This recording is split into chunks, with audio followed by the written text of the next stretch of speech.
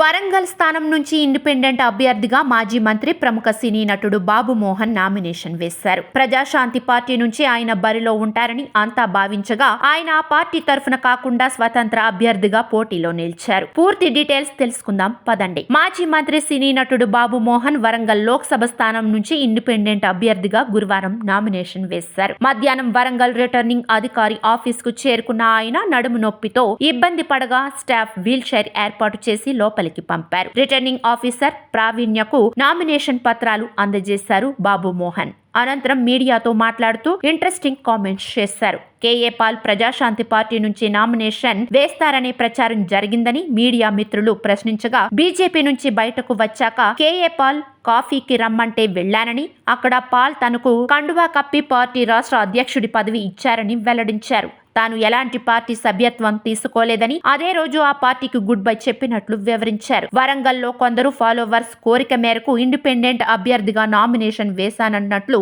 తెలిపారు. కాగా గత తెలంగాణ శాసనసభ ఎన్నికల్లో బాబు మోహన్ బీజేపీ తరఫున ఆందోళ్ నియోజకవర్గం నుంచి బరిలో నిలిచారు.